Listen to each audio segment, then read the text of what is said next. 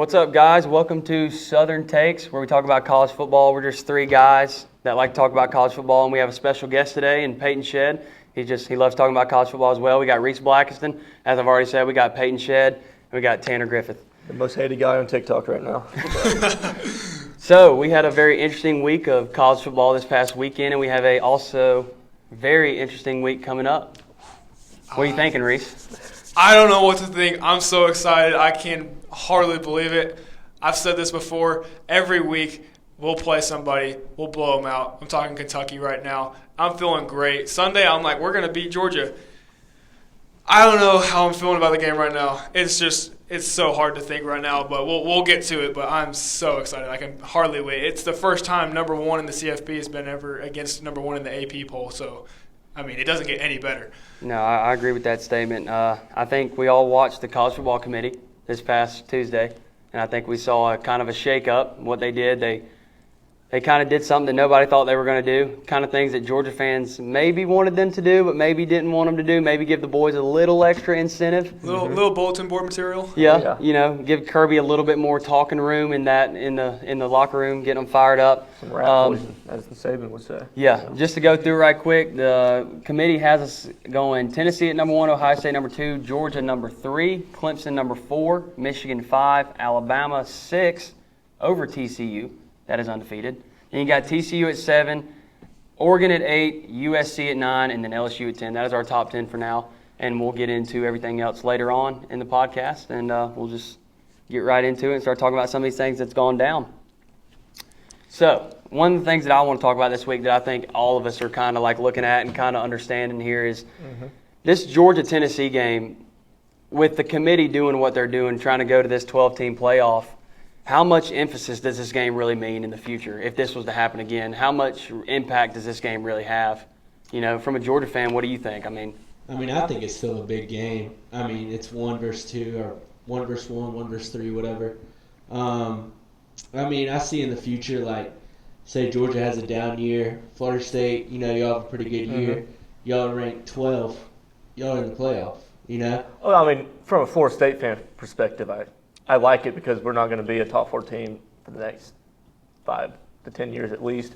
And being in the top 12, that gives us a chance to do it within 3 to 5 years.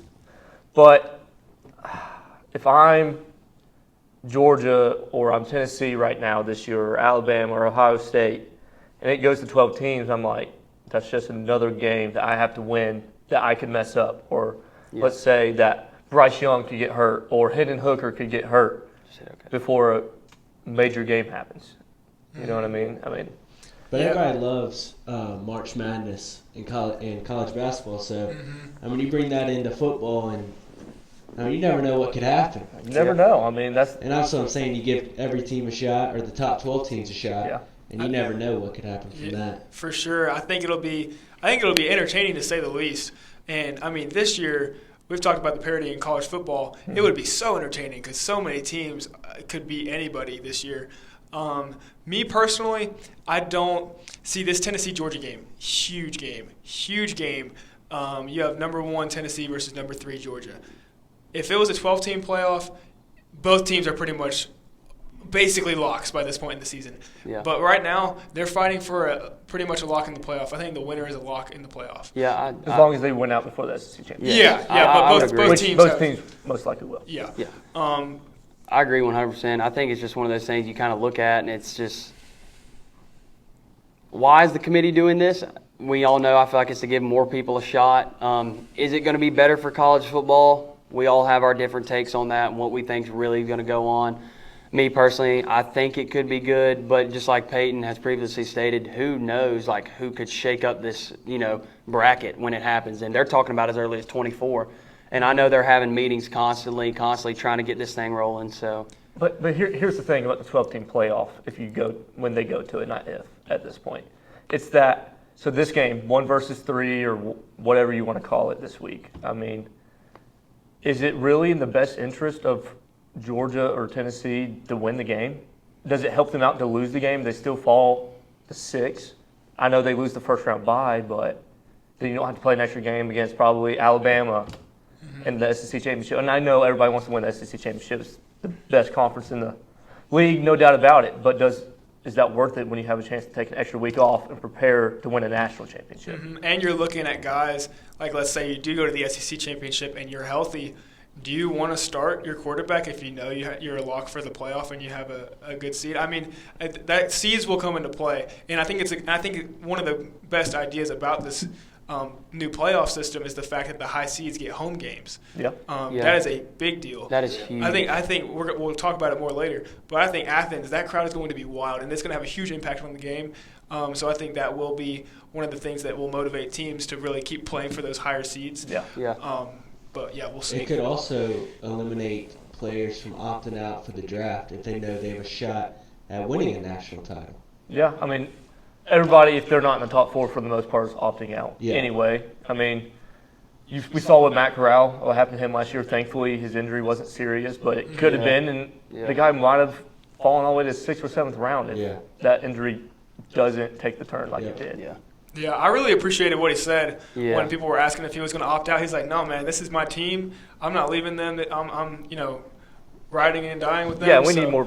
We need more players like that. I was about to say that. I agree. I think we need more guys like that in the sport. And the guy wasn't a first-round pick by no means, but the guy was still.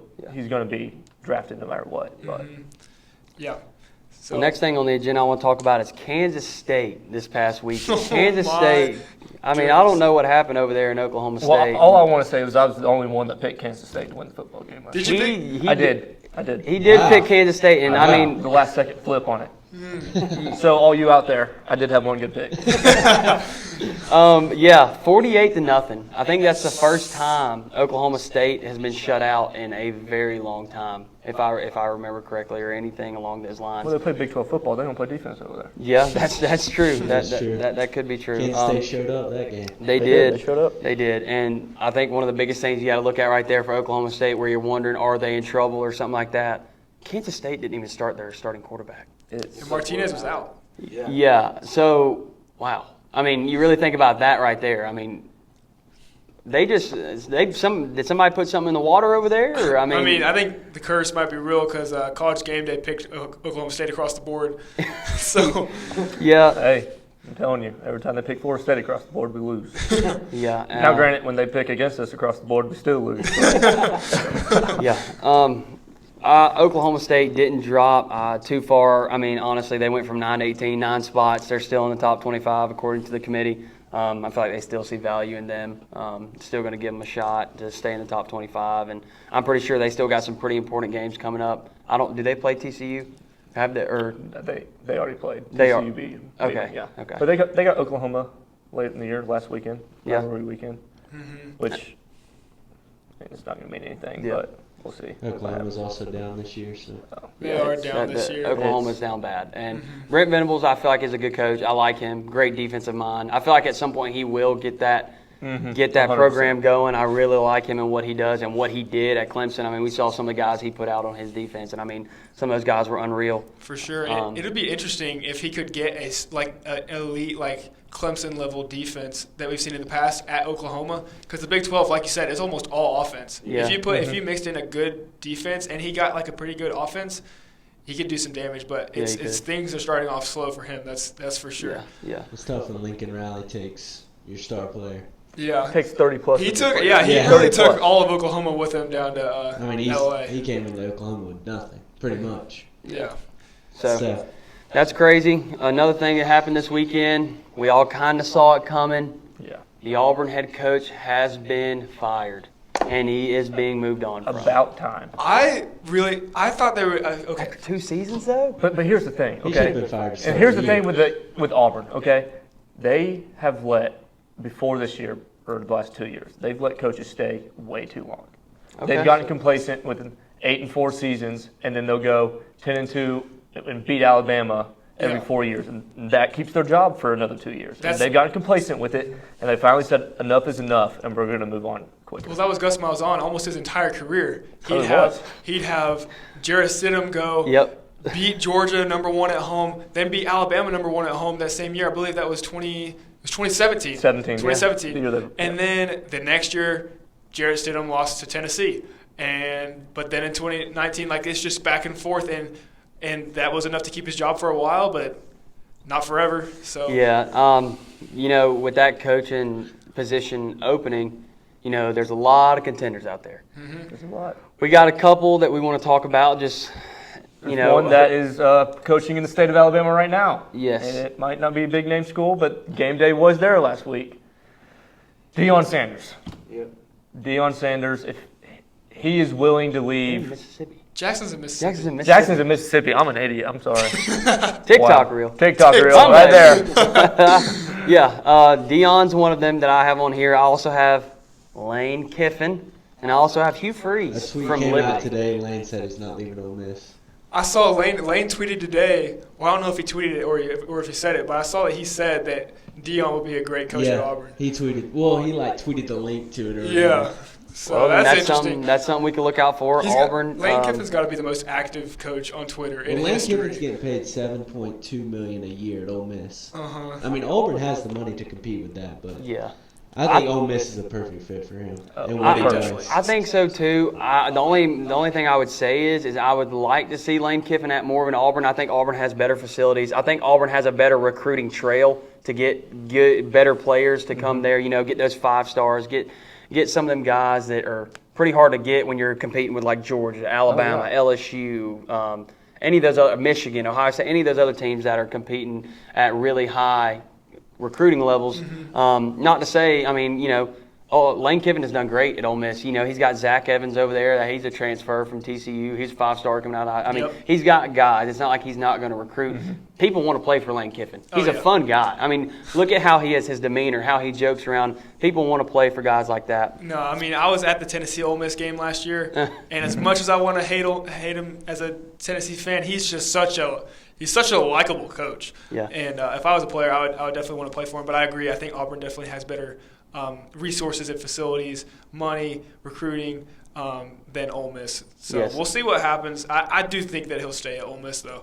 Yeah, I think it's definitely something to watch out for. But I definitely think if, Lane is out, then we're looking at Hugh Freeze or we're looking at Deion Sanders.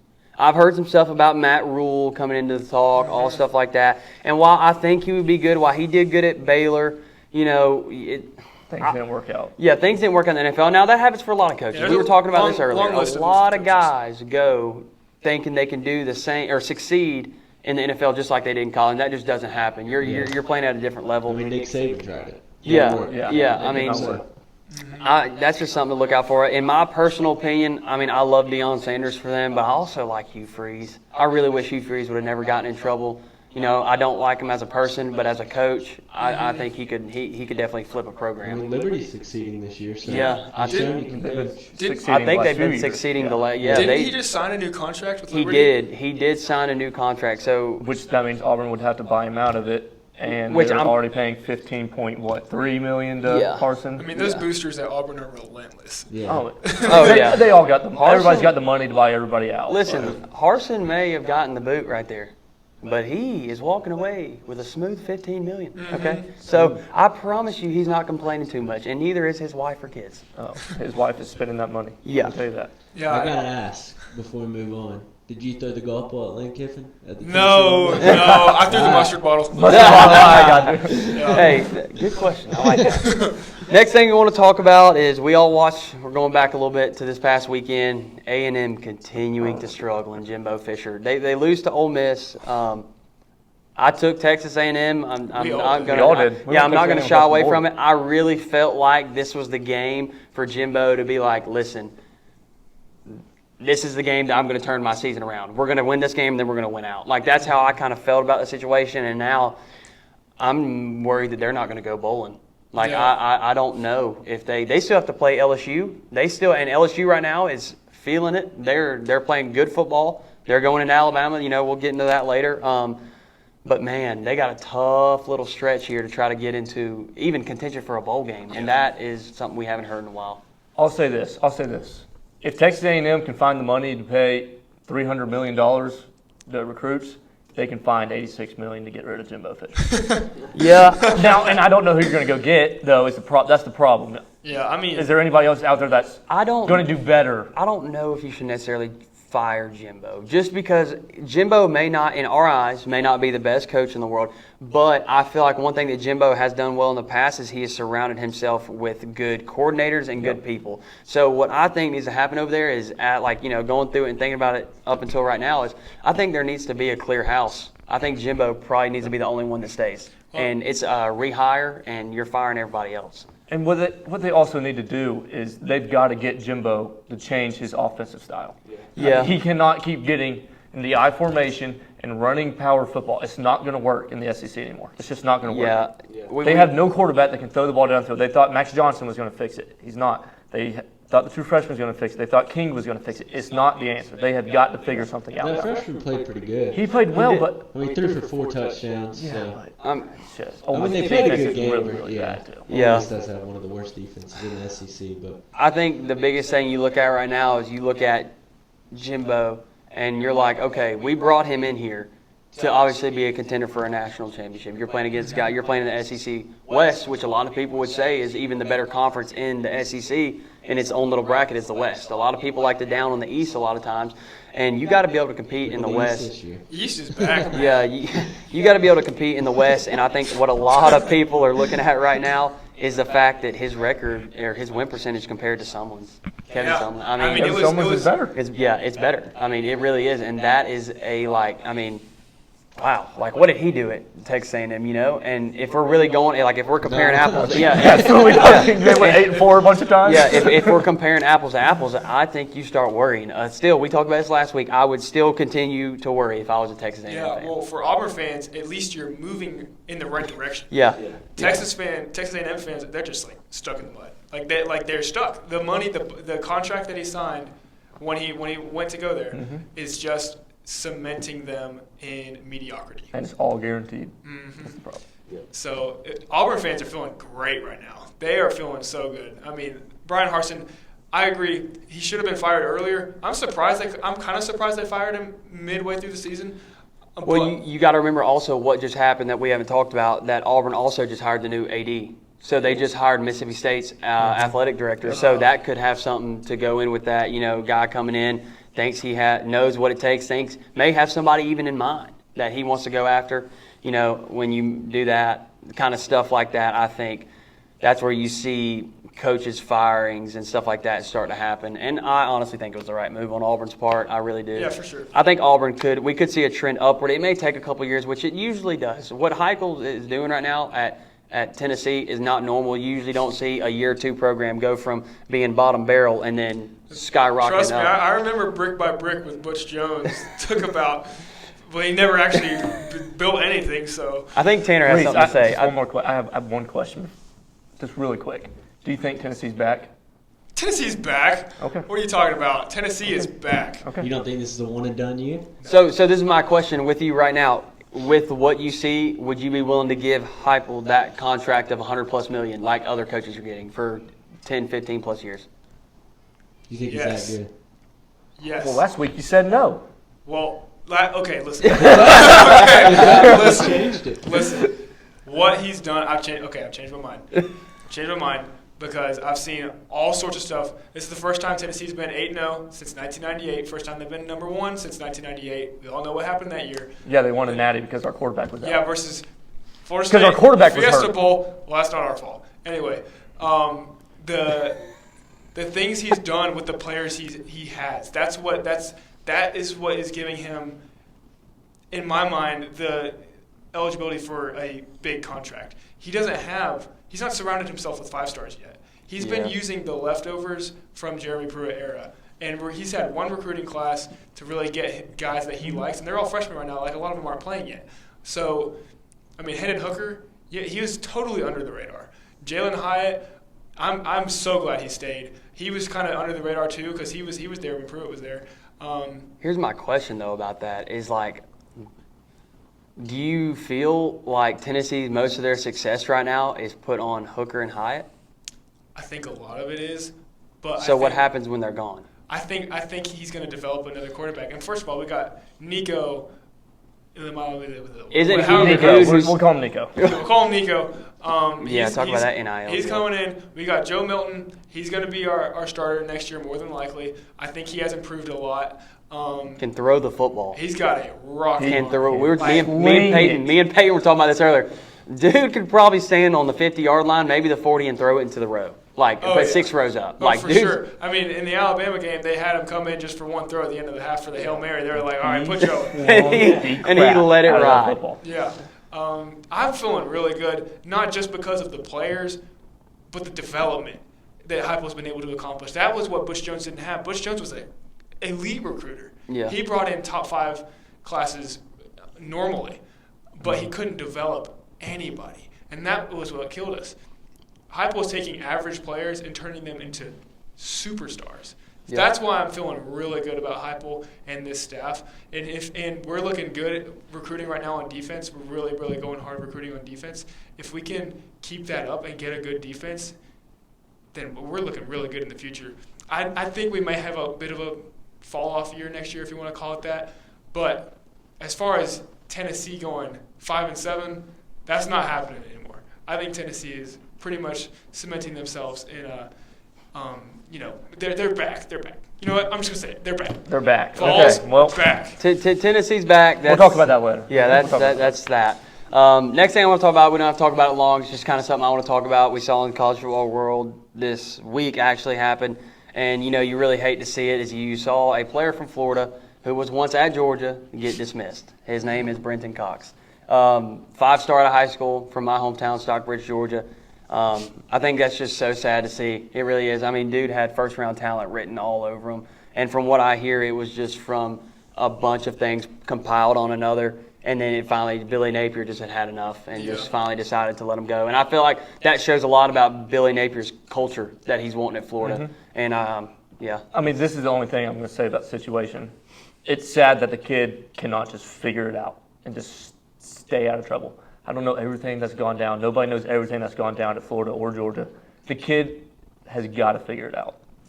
This is past football at this point. Yeah. Figure out for his life so he's not in jail for, who knows, in and out of jail for the rest of his life. I mean, yeah. But I don't know. Supposedly he's preparing for the draft. That's what he's doing now in his free time, supposedly. But, what NFL team is really going to take a risk on, a guy who is – can't even pass the drug yeah, test. who can't even, that's tough to see. Yeah. We had a lot of things happen. We saw another really, really bad thing happen this week in college football, and I think this is something that we all kind of wanted to talk about a little bit because this right here is very bad for the culture of the sport, and it's just bad for the sport in general, and that was the Michigan in the tunnel fight. I've seen the video. I posted it on our Instagram, Southern Takes College Football. Go like and Go follow. Go follow. But you go watch the video there if you haven't seen it already, or look it up, honestly, and you're going to see it just about anywhere. It's honestly disturbing to watch. Man, how I don't know. And I know your take on it. I understand where you're coming from, where you say technically he was not supposed to be there. See, this is my thing on it. Is it right for Michigan State to jump the gun? No, there's never a place for that. I don't care what the guy said or anything that happened before that. But also, if you're that Michigan player, you have got to be smart enough not to get yourself in that situation. Yeah. It's a rivalry football game. What did you think was going to happen if you go over there? You saw him video, he's skipping in front of them, yes. jumping them in line, going into the tunnel. There's almost always some incident with Michigan and Michigan State. Like, remember the Michigan player, stomping on the logo midfield? Oh, yeah. Logo? Yep. Yeah, I mean, you got to think, man, that's just like any other, college football rivalry. Don't be surprised if you see it in Georgia, Tennessee this weekend. Don't be surprised if you see it in Ohio State, Michigan, LSU, Alabama. Like, there's certain, Florida State, Miami, especially that one. Florida State, Florida later in the year. Yeah. I mean, it's college football, but what happened, and I think we can all agree it's just not good for the sport. Mm-hmm. And I think the Michigan State athletic directors and all of that staff has done a great job. I don't know, what were we talking about last night? There was 4 that have been suspended indefinitely. And then a few more. I think 8 total. Eight total have been suspended in the incident, and it's just sad. Indefinitely, though. Which is the right thing to do. It is the right thing. It's sad for those players, though. Because Harbaugh, Coach Harbaugh is saying that there's a criminal investigation going on right now. Oh, yeah. I mean, supposedly the parents of the kid are pressing charges against the one that got that. I think they broke his nose. Yeah, I heard something about his nose. Yeah, and I mean that's so. Concussion, I mean. Yeah, there's just no place for that. It's just that's hard. I mean, you can talk all you want, but to take it to a jumping, like to jump the kid, I mean, It was Yeah. what, like 6, 7, 8 on one? Yeah, and that's what's rough to watch is watch the video and see the kid like not be able to do anything. I think he's Yeah. just getting slung around like a rag doll. And Yeah. he tweeted after the fact. He said something along the lines of, 60 minutes you're able to hit a guy with 0 repercussions. We'll see y'all next year. That fired me up. I was like, I can't wait for the game next Yeah, year. well, maybe next year he won't be in that situation. Yeah, maybe Maybe he's learned his lesson. But, Yeah, maybe. We'll I'm see. I'm done. Next thing I want to talk about is kind of another breaking news thing that's happened this week, and it's actually about the University of Georgia, and it's about Nolan Smith. We all know he went down with a torn pec. Just for me personally, as being a Georgia fan, and I think Peyton would say this too, it's tough, not just because we want to see the kid play the rest of his season. It's also tough for him. He's being a senior, I believe, right? Yeah, senior.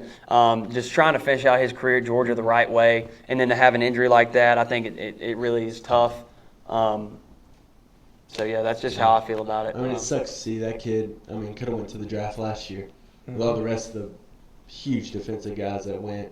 But, chose to stick around, stick it out another year. And, I mean, they say he should be ready by the draft. Yeah, I think he'll bounce back. Yeah, Just that's after just the a rest tough of the season. injury. I mean, I'm thinking about that, a torn pec, and I haven't seen the video, which I need to go back and watch this. But I'd like to know how it happened.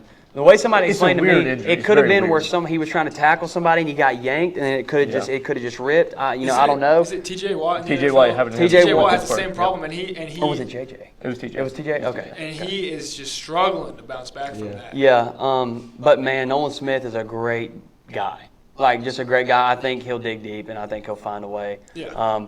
But in talking, It's not going to be his last football game. No, I don't think so either. But to get on that, the reason why I want to bring that up is just to talk about the depth of Georgia a little bit, kind of talk about, because yes, that is a hit. Any one of us that knows Georgia football, that's a hit. Yeah. But we also know that Georgia has infamously been known for their depth. And I think at this point in the season, coming up to a game like we have one with Tennessee, is we can't sit here and say, oh no, we're in trouble because he's out.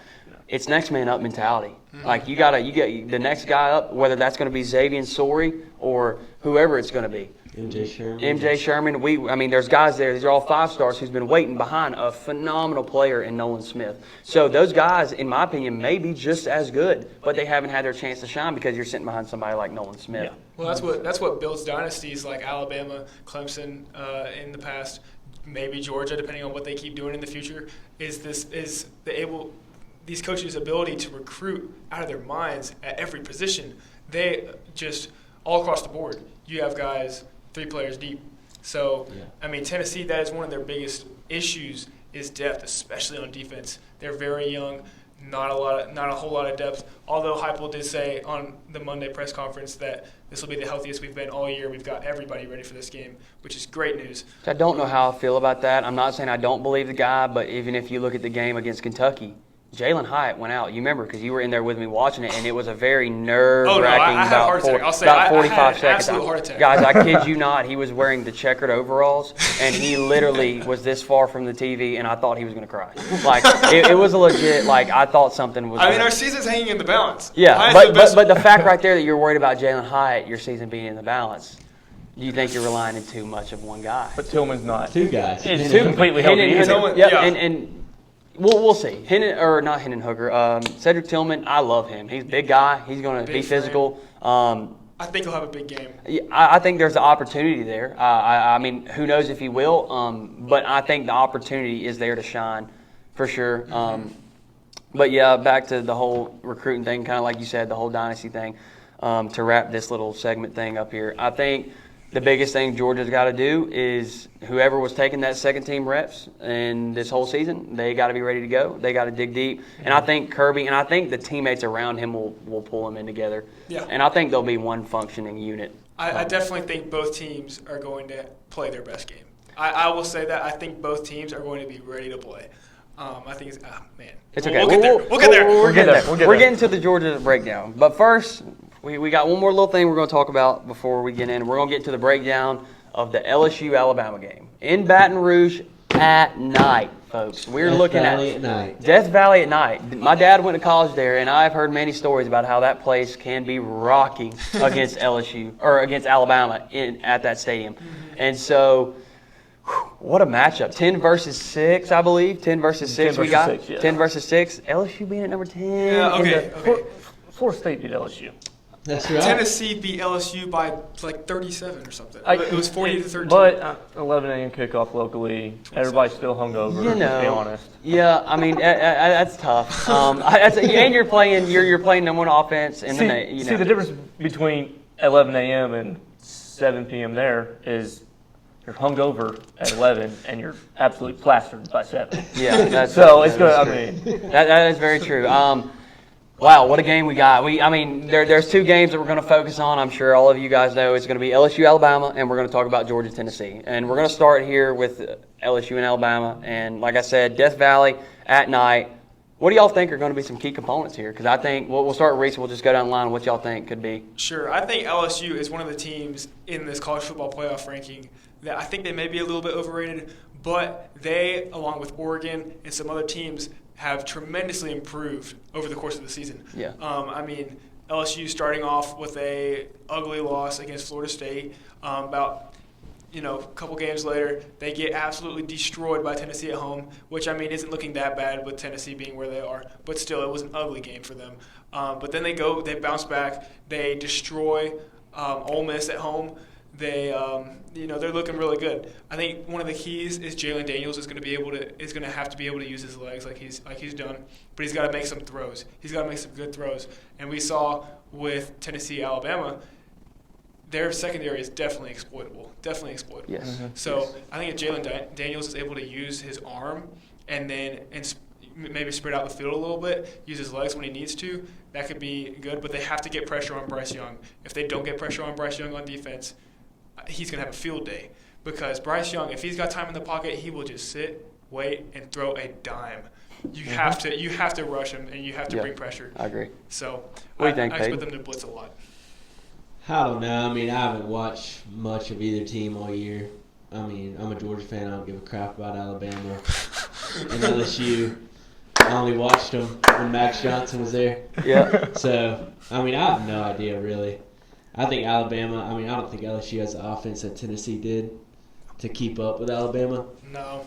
So I say Alabama goes into Death Valley and wins by at least 21. Yeah, that's a pretty hot take there, because hey, be careful with your hot takes. You might Yeah. on TikTok. I think Alabama's a safe bet. Yeah. Kentucky. Yeah. We gotta talk about that for at least. We'll talk about it later. We'll talk about it later. I think I agree with Reese. I think the edge is going to be. It has to be set for LSU. I think you're going to have to be able to pressure Bryce Young. I think Harold Perkins and B.J. Ojulari. We had his brother at Georgia, the other Ojulari, and he was great. And also I think B.J. is a phenomenal player as well. I just think that LSU is going to have to do some things to the best that they can, like almost their. I don't want to say their ceiling, but they're going to have to play almost their best football game to win this game, even though it is at Death Valley at night. But like you said, I think we've seen games where Jaden Daniels has not been able to survey the field and he has not been able to make the throw, and that was the biggest problem that we saw. And then you see him come out against Florida, and then you see him come out against Ole Miss, and he sees everything, and he's hitting every guy in stride. He did it from half to half against Florida State. In the first half, he looked like he's never thrown a football in his life. Yeah. Second half, the LSU's offense starts going. They start lighting up the scoreboard a little bit. But this is what LSU's got to do if they want any chance to win the football game. Yes, they have to pressure Bryce Young. They got to eliminate big plays. But one thing that they've got to do better is, because Florida State, and we have 3 really, really, really good running backs, but we ran the football at will against them. They could not stop the run. They're going to have to stop Jahmyr Gibbs. And that's a hard. And that's a very hard. That's a very hard thing to do.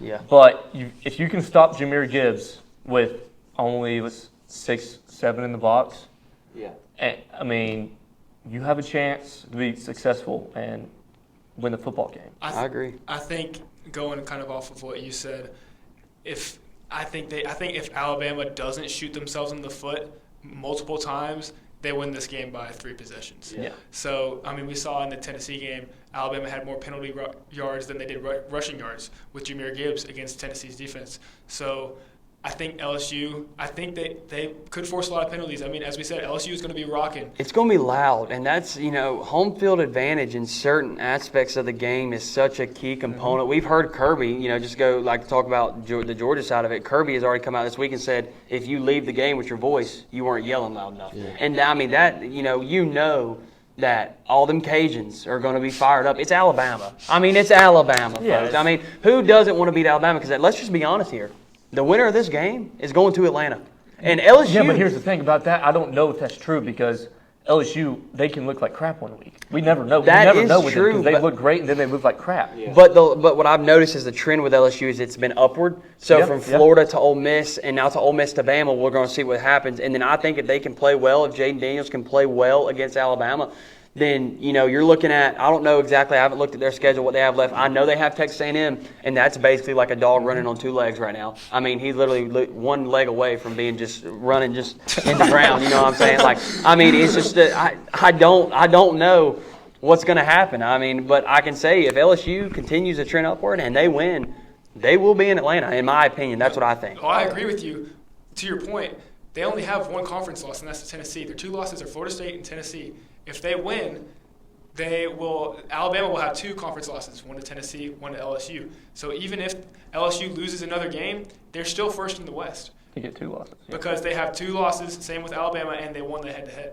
So they have 2 games. And that's a big thing to look at for, like, I really feel like, because LSU is that team that, let's say, it's what if, it is speculation, but what if they didn't lose to Florida State? Where would they be ranked at right now? And what we could be looking at like a 6-7 matchup here maybe, or we could be looking at something like that. They'd probably be where Oregon was. Yeah, I mean, somewhere around there. I wouldn't say 8. too much higher up. Yeah, I mean, really. they're at number 10. Yeah, they are at number There's 10. not a lot of room to improve. Yeah, with a loss. I don't know. I mean, just one loss to the number 1 team in the nation. But we know what the committee likes to do. They like to hype up everything. So at That that is- point, that they're going is to move true. Alabama up probably to 5, and they're going to move LSU up. That is true. That is true. Well, I guess we'll get into the game that everybody wants to talk about, and the game that we're not going to make our picks yet for this game. We're going to break it down on what we think has to be done at the line of scrimmage, what has to be done on both sides of the ball. We're going to talk about why we think our teams may have the best chance. Everybody has their own opinion. Even from Georgia fan to Georgia fan, we may have different opinions of what we have to do to win the game. And then after this, we're going to go through all of our picks. We got like 8 or 9 picks, and then we'll make our big picks there. We have our own version of Corso here this week who's going to do the game of the week, college game day, pulling something out of the bag. Who knows? We'll see what it is. So here it is, the Georgia-Tennessee game in Athens, Sanford Stadium at Dooley Field. This one's for Dooley. I'm telling you right now, great guy. We're playing at Dooley Field. Dooley Respect. Field, and 3:30 kickoff. There's going to be a lot of hype, a lot of attention. Y'all dared Dooley. We did. We had the lame Dooley. I think we're going to see a lot of energy, a lot of focus out of both of these teams. And, man, I mean, to be a Georgia-Tennessee fan right now, we kind of talked about it last week, to be both of these fans. But even after the weeks we just had, both teams winning, I didn't think the hype would get to be more than it was last week. And now I'm sitting here and we're, 3 days, whatever days away. And I'm telling you right now, I'm fired up beyond measure. Oh, yeah. So, I mean, we'll go down the line. We'll talk about it again. We'll go from Tanner. We'll start this Yeah, way. I'll leave this one off. If Tennessee, how do I want to start right here? Is the thing without spoiling anything. I'll just go with this.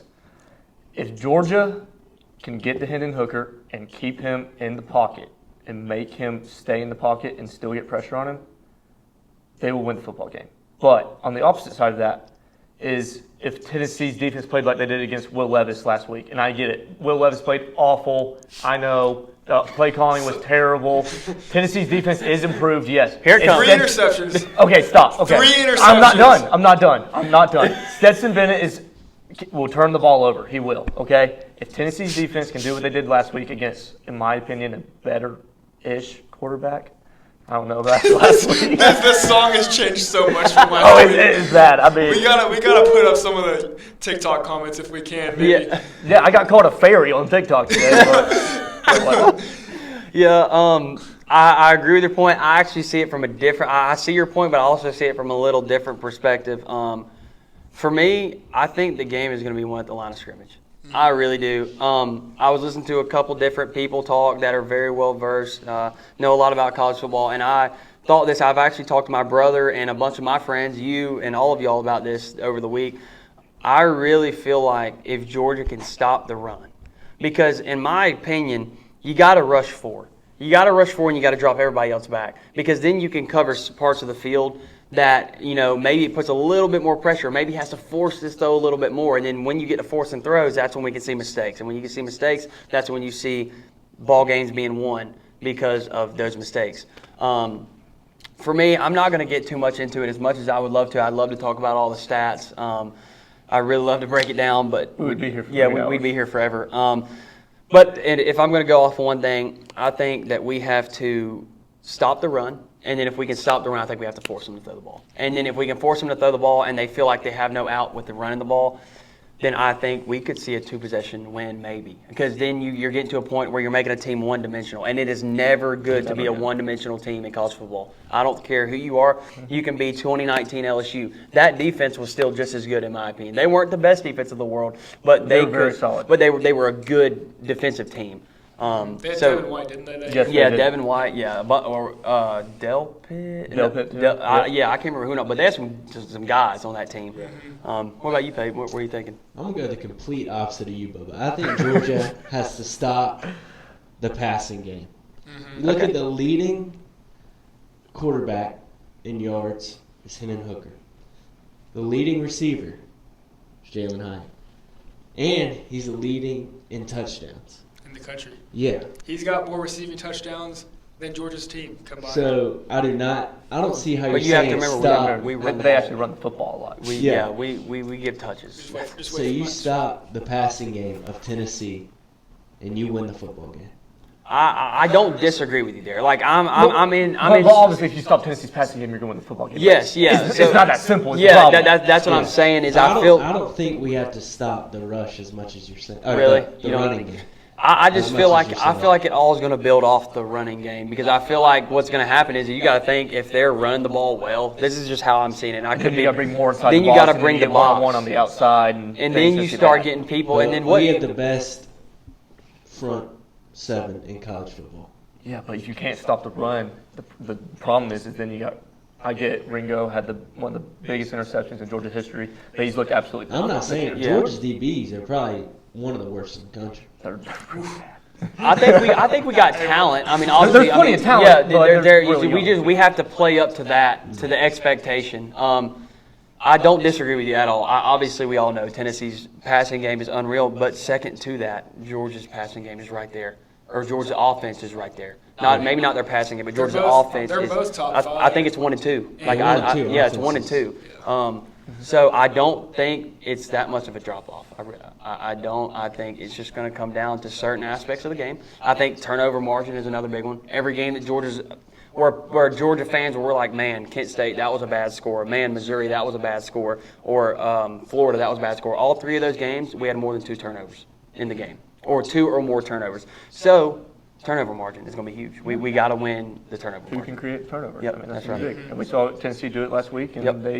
they handedly. blew it out of the water. Yeah, they did. I will say, if Georgia has more than 2 turnovers, they will definitely lose. I think I think if they have 2 turnovers, they might definitely lose. I think so. Tennessee, as we saw, they had 3 interceptions. They turned most of those into points. I'm not exactly sure how many points they had off of turnovers. The Alabama game, the muffed punt that we got and went and scored, that was a big turning point in the game. I went and watched some of both of our coaches' press conferences on Monday. One of the first things that Kirby Smart said was, Tennessee's got great running backs. Y'all aren't going to believe me, but they have great running backs, and that's partially what makes them so effective in the air, is you're trying to account for both. Tennessee's running backs had a great game. They may be kind of like not as well known. They're not in the spotlight. They don't have any guys in the top 5 in rushing yards, but they get work done. Jalen Wright had some great runs against Kentucky. He would not go down. I think the key to this game is Stetson Bennett. I think it sounds simple, but I think the key to the game is Stetson Bennett. He's got to make some throws. Yeah, And he's got to use his legs. And he has to use his legs. and which he is capable of doing. And I think that's a lot of people lose that within the lines. They're like, oh, it's Stetson Bennett, He's that small dude who can barely see over the offensive line and maybe try to force a deep throw sometimes, and he gets lucky.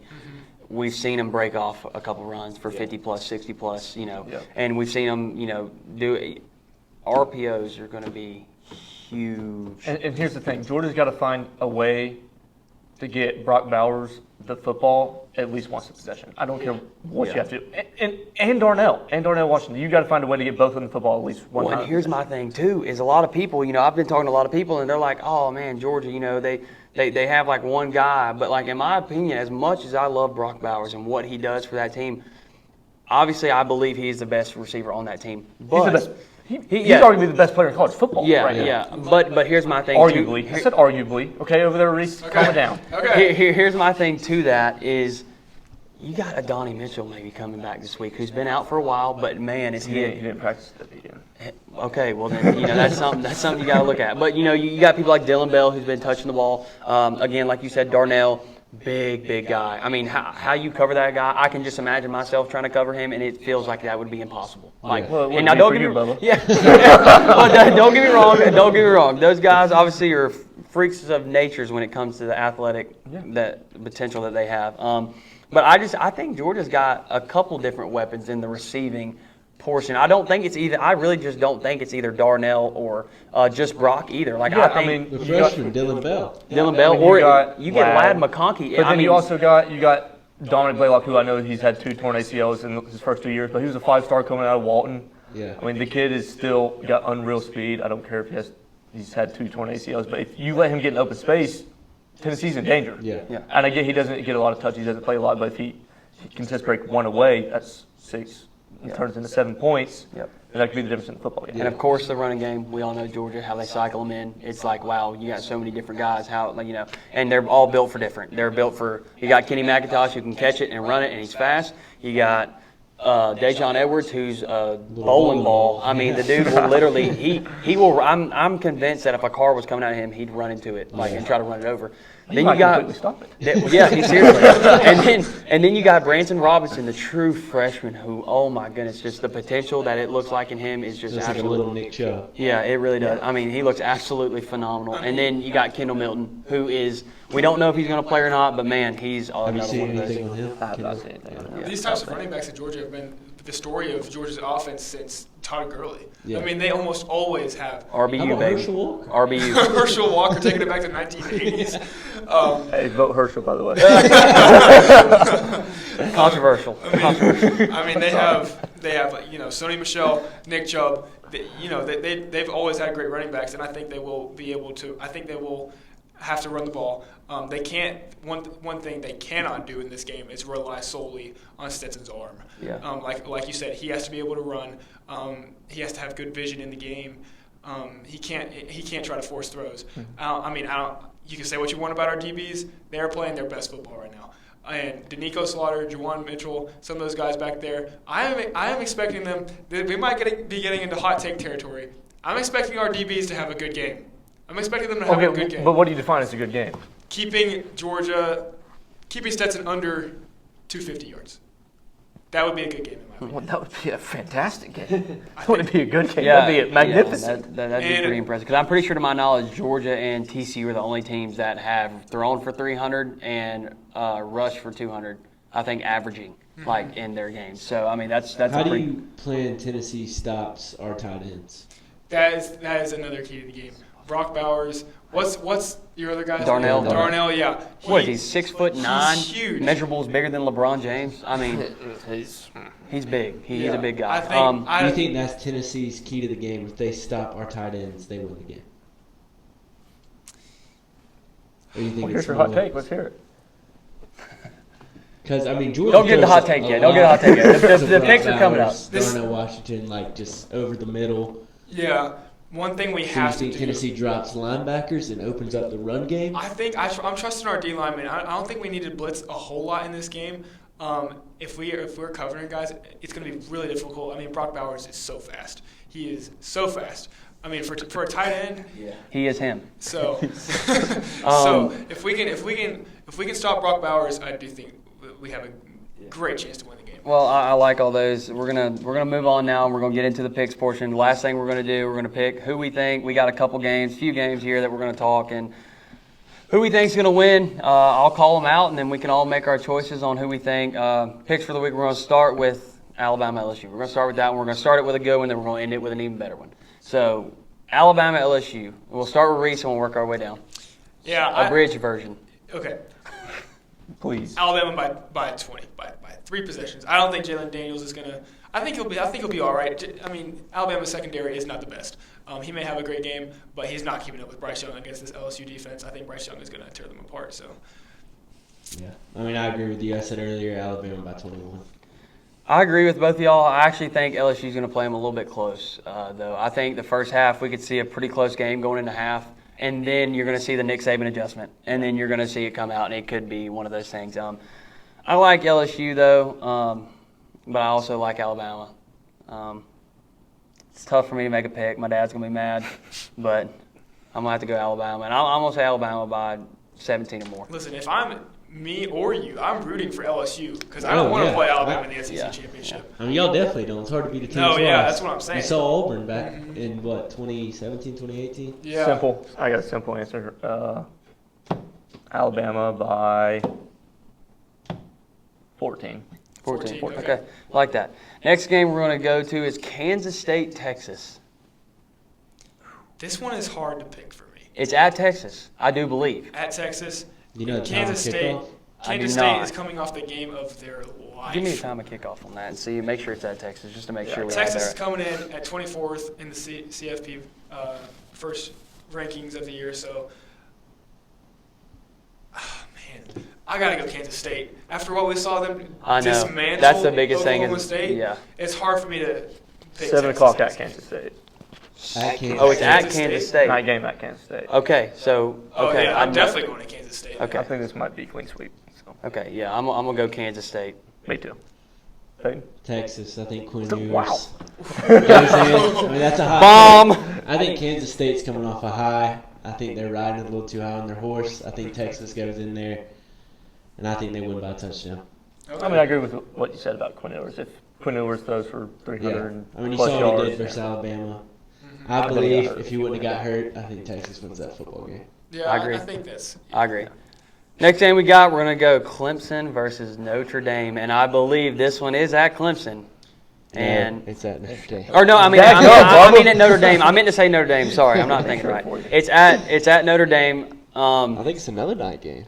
7:30. 7:30 kickoff. Here's my hot take right here, boys. Notre Dame's winning the football game. Wow. Notre Dame is winning. You're that getting football bashed game. on the TikTok. this Notre week. Dame is winning this football game. You want to know why? Because Clemson is not that good. For all you ACC fans who thinks Clemson is that good, they are not good. I The agree. college football committee. I'm sorry, Reese. I gotta say this. College football committee made a mistake putting Michigan over Clemson. You mean Clemson. Clemson? Goodness, Clemson over Michigan. I think right now, if they went head to head, we would see a I think it'd be a Michigan bloodbath. win. I think Michigan would destroy Clemson. Yeah, I'm just going to be honest. I'm taking Notre Dame, and I'm taking them. I'm going to take them by 10. 10. I'm taking Notre Dame by 10. That's my hot take. Okay, I just have one question for you. Okay. Actually, I have a series of questions for you. Okay. Okay, do you think that Ohio State's defense is better than Clemson's defense? No. You don't? So how do you expect Well- Notre Dame well- to get in the end zone?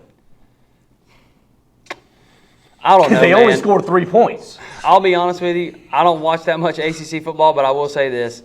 I think Marcus Freeman hasn't had that staple win yet for his first season. And You're right, he hasn't. He lost to Marshall. Yeah, and I think that you're going to see it this weekend. I think you're going to see it this Will weekend. Shipley might run for 200 yards. Listen, man, don't call it a hot take when we come back next That is- week. And That's hot. I'll say it. That might be worse than mine. I think Ohio State's defense is not. I feel like who is it? Clemson, I think, has the better defensive line. I think from what I've heard, they always Really, really, notoriously really. have a really good Yes. defensive line. So I mean, I think it's just it's all going to be up to certain aspects, just like Georgia, Tennessee. Certain aspects of the game are going to have to happen. I think the fact that it's at Notre Dame and that it's at night, crowd playing a little bit into it. So you're taking Notre Dame? I'm taking Notre Dame. Okay, I'm taking Clemson by 20. 20. Go ahead. All right, I'm taking Clemson in a close one. I'm taking Clemson by 1 possession. Okay. Here's why. I think Notre Dame is also one of those teams that they started off awful. I mean, opening loss to Ohio State, I believe, in week 1. That's not a terrible loss. And they only lost by 10, I believe. Yeah. 13. 13, something like that. They lost to Marshall, very bad. They've just played a great game against Syracuse. Sean Tucker was not pleased with his performance. Okay, so It's a bad week. yeah, it's a bad week when Sean Tucker's not pleased with his performance. So I think it's at Notre Dame, like you said. I think that'll play a role. Clemson's not good. They're not good. Their defense is good. Their offense is decent. Mid. Yeah. It's very mid, but Yeah. guess what? We'll shoot please. All right. I'm going to go Peyton. Bubba. Notre Dame wins this football Yes, game. sir. Notre Dame again. They both So we're just played split. Syracuse, and Notre Dame played the better game versus Syracuse. That is true. Clemson, That's true. overrated. DJ, very overrated. I think the freshman, I'm blanking on his name. Okay. Klubenek, Klubnik, Yeah. whatever. Cade Klubernick? Yeah, I think he is way better. If they play Cade, they win. But they're gonna play DJ, and Notre Dame's I gonna think win. regardless of what happens, Clemson is going to drop. I don't think they're going to win by 20. Okay. They have to. I just don't. I don't know how Notre Dame's going to get in the end zone. Is the problem. I really don't know if they can. All right. Well, we're gonna ring off. Yeah, We're we'll gonna go ring next. off a few right quick and get to our big one, and then wrap it up. Let's ring them off quickly. Let's go. Texas A&M, Florida. Reese, we'll start with you. Where's it at? I'm not answering this one. Goodness, Just go ahead and have it up. Just go ahead and have it ready. It is at the University I of think it's- A&M. Oh, it's at A&M again. It's at 12th man. Okay, so A&M just is coming off an emotional loss against an Ole Miss at home. I'm taking Florida. I know we picked A&M last week and we all lost. But I'm going with Florida. I know I'm a Tennessee fan. I like Anthony Richardson. I don't think he's bad. I think he's pretty good. I highly disagree. Okay, A&M next. Yeah. I'm going to have to go with Texas A&M. I'm going with Texas A&M. I think Jimbo Fisher has to get a win at some point. Oh, I mean, yeah. he's got to win at some point. Yeah, I'm saying so. I'm going to keep picking him till he wins. Okay, that's just how we're going to say it. Okay, so I'm going with Texas A&M. Go with you, Florida. Florida. Good pick. All right, Kentucky, Missouri. The game is at Missouri at noon. I'm so mad at Kentucky, but I'm still taking Kentucky. Going Kentucky. Man, this is a tough one. Missouri played us good. I'm going to have to go Kentucky. I'm going to have to go Kentucky on the road. I still like Kentucky in this one. Missouri. Okay, I'm going Kentucky. I think they bounce back. I think they go back to the drawing board, and they're facing a significantly lesser team. Okay. So I'm going Kentucky. Next one is Florida State, Miami, which I do know this one is at Miami, baby. Is it at Miami or is it in Miami? Whatever, man. Listen, I played 30 miles away from the stadium. Yeah, true. It's Go ahead, in Reese. Miami. I'm going Florida State. Miami can't. They would have to pay to get 20,000 people in that stadium. Yeah, I agree. It is so bad. I don't know how they're recruiting people down there, but I'm going Florida State. I think they're on the come up. I think they just had a terrific win against Georgia Tech, a complete team win. Go Noles. Fear the Spear. I'm taking the Noles. Yeah. I'm going with the Noles as well. I think I'm going to take the Noles in this one. I think the Noles handedly play pretty good. Yeah.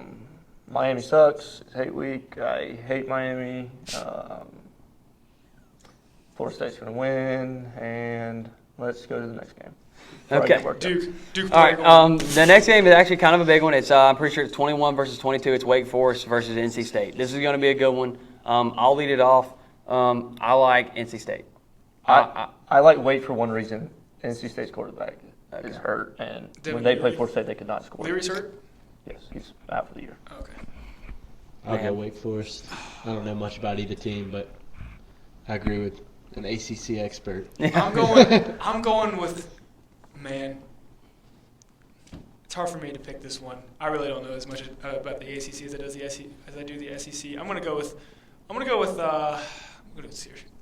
Wake Forest. I almost said Syracuse. Wake Forest. Okay. Good pick. All right. Well, we got our picks, and here we go. It's the game of the week. We're going to make this. We're going to try to make it as quick as we can. Let's go. we can Georgia get it fan, over. Tennessee fan, Georgia fan.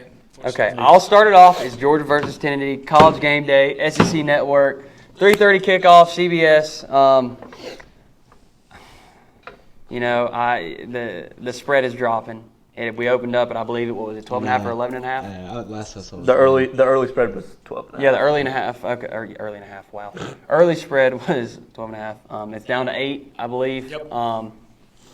I'm taking Georgia, and I'm taking Georgia by 2 possessions. I'm taking Georgia. I'm going to have faith in my team. I think we're going to play well. I think the crowd's going to be in it from first snap to the last snap until the clock hits 0.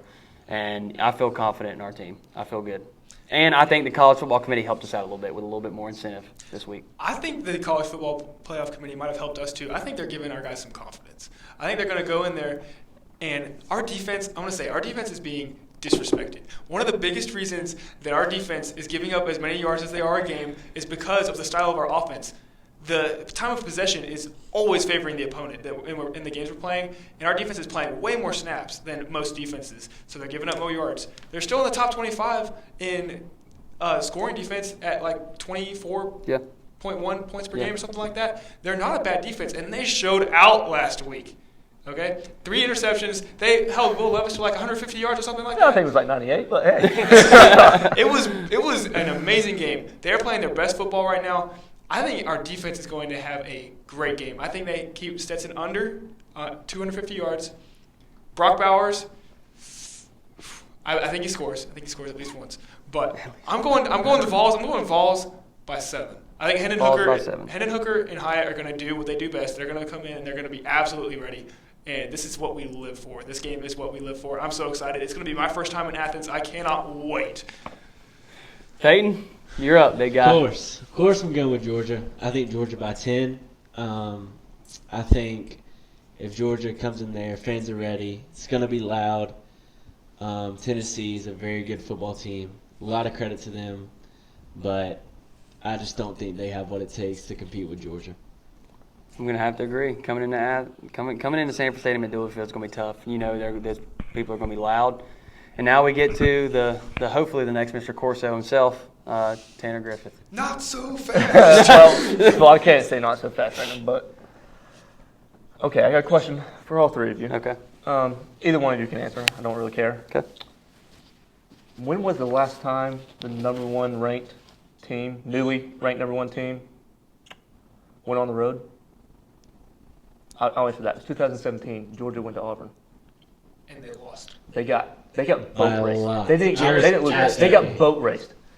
Guess who's the better football team that year, though? Georgia was 100% the better football team. Tennessee's newly ranked number 1. They're going into a hostile environment. Would you say they're the better team? Have I finished? Sorry. Okay. I'm not saying Tennessee's going to get boat raced. They're not. I don't think they're going to get boat raced. They might win the game. I don't know. Haven't decided yet, actually.